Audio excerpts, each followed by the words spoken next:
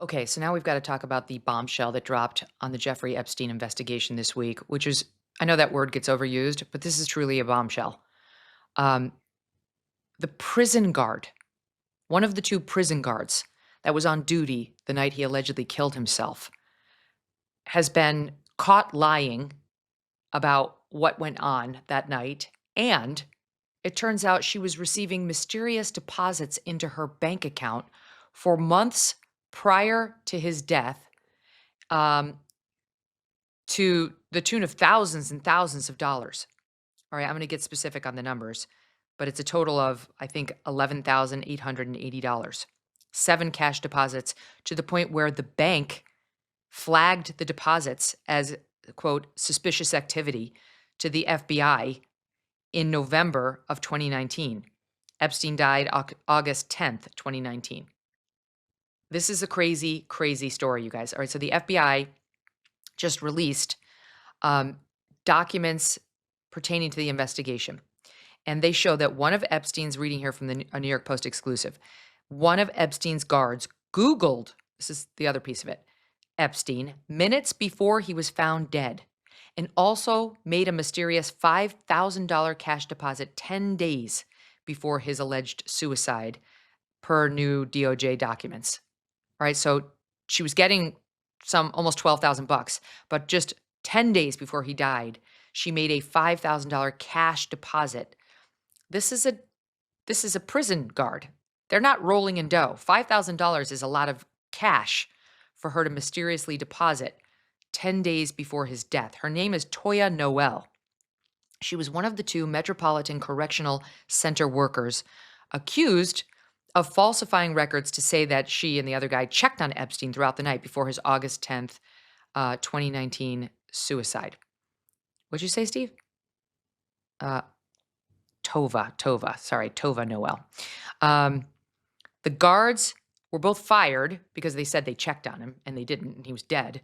But the criminal charges against them were later dropped. However, the investigation against them showed a lot, and there's a real question about whether those criminal charges should have been dropped and whether they were the correct charges in any event. It's not about falsifying records exactly. It might be about, did you willingly look the other way, allow someone in, or facilitate his death in any way? The guards, this one guard, Tova Noel, Googled right before he died, latest on Epstein in jail. That was at 5:42 a.m. And then again at 5:52 a.m. So within 10 minutes of one another, she had that search, latest on Epstein in jail. Why does she need to Google that? Why don't you get your fat ass up, walk down the hallway, and take a damn look? Was she looking to see whether something had broken, whether somebody else had broken news? This was less than 40 minutes before her colleague, correctional officer Michael Thomas, found Epstein dead in his cell by hanging at 6:30 a.m. Was she expecting something to happen 40 minutes later or sometime around when she was Googling latest? Why does the guard responsible for keeping an eye on him have to Google what the latest is on him, quote, in jail? This is highly suspicious. This is per an FBI record of her internet search history. This is crazy stuff. Earlier in that shift, this Tova Noel, who's 37, shopped for furniture online and snoozed on the job instead of making the mandated checks on Epstein every 30 minutes, while Thomas perused motorcycles, according to prosecutors. The FBI highlighted the internet search in its 66-page forensic examination of the Bureau of Prisons desktop computers of Noel and Thomas. It was the only search highlighted. When questioned during her sworn statement to the DOJ in 2021, Noel denied Googling Epstein. So she lied, which is a federal crime. It is a crime to lie to federal investigators, which she clearly did when she denied Googling Epstein, notwithstanding the fact that she had Googled, quote, latest on Epstein in jail at 5:42 a.m. and then again at 5:52 a.m. Her answer was, quote, I don't remember doing that. She said FBI records were not accurate. I don't recall looking him up. Now, meantime, on the cash deposits, Chase Bank and pay attention here on the timeline, flagged cash deposits in her bank account in a suspicious activity report to the FBI in November 2019, another file from the DOJ revealed. Again, he died August 10th, 2019, so this would have been a couple months later. Chase Bank flagging cash deposits into her account. It turned out a total of 12 deposits had been made, culminating in the largest one for $5,000 11 days before he died, July 30th, 2019, for $5,000. So 10 or 11, depending on how you count it, days before Epstein died. But here's the weird thing. And then they show 7 cash deposits. A total of 12 were made, culminating in the largest for $5,000. 7 cash, totaling $11,880. So in total, she got almost 12 grand, 5,000 of which came 10 days before he died. And here's what's really weird. She didn't start working in the special housing unit where Epstein was held until July 7th, 2019, which is weeks before his death. But the deposits began in April 2019. Sorry, April 2018. So she started getting this money in April of 2018.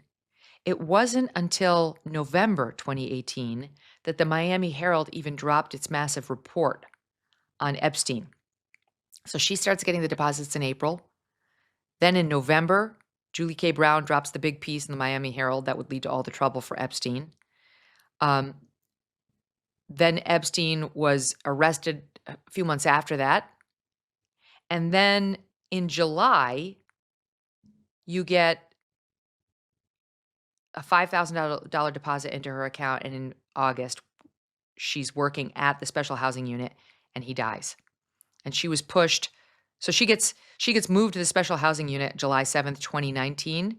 And July 30th, 2019, she deposits $5,000 cash.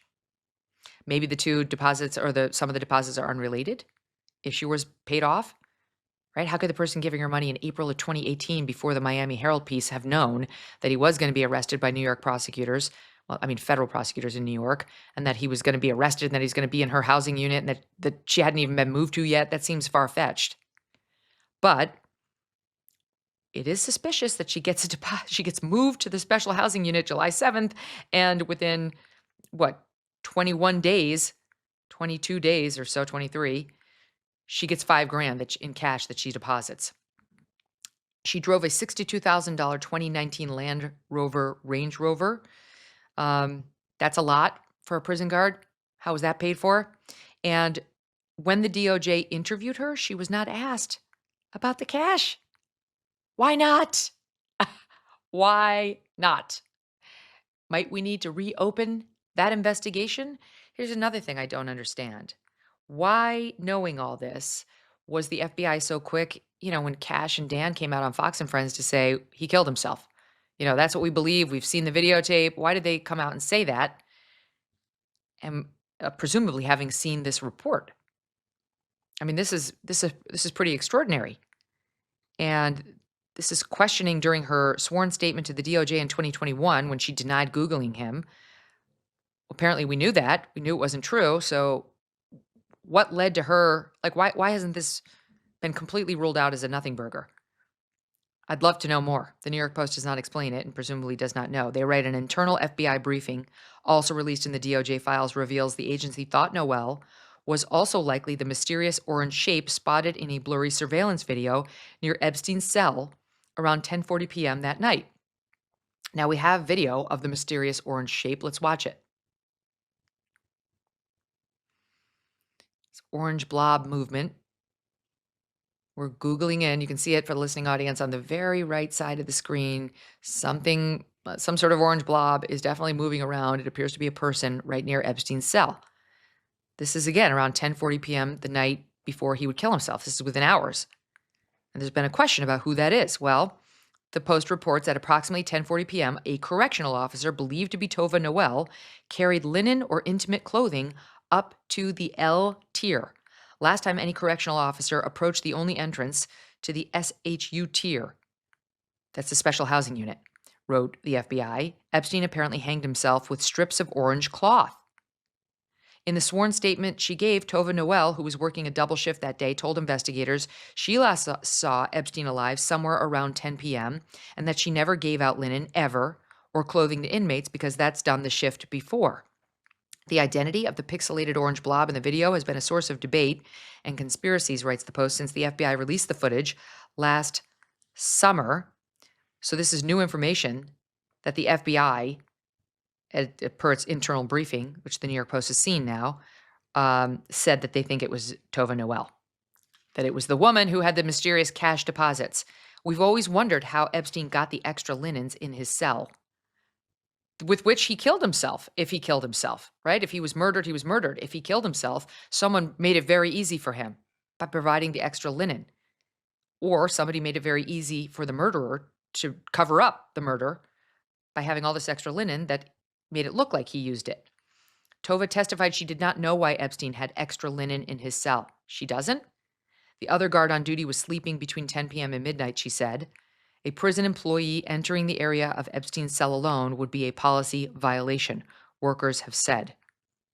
The Inspector General report released in 2023 said it was unidentified correctional officers who had been in that orange blob. So now the information that it was this same woman, Tova, who lied to investigators under oath, that seems clear, about her Epstein searches, who was searching Epstein in jail latest, 20, 40 minutes before he died, and then didn't tell the truth about that, and who had mysterious bank deposits, including right before he died, 10 or 11 days before he died, that she was the one. I mean, this is crazy.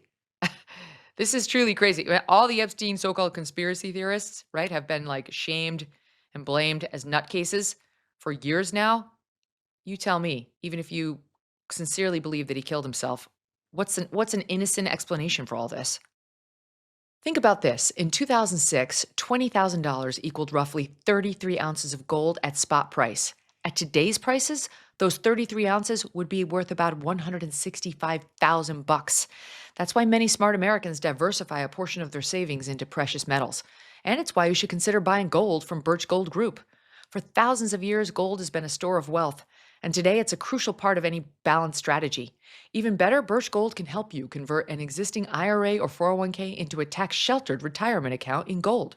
Just text MK to the number 989898 to receive your free info kit on gold. There's no obligation, just useful information.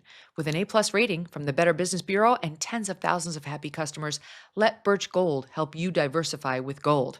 Now that's peace of mind. Again, text MK to the number 989898 today.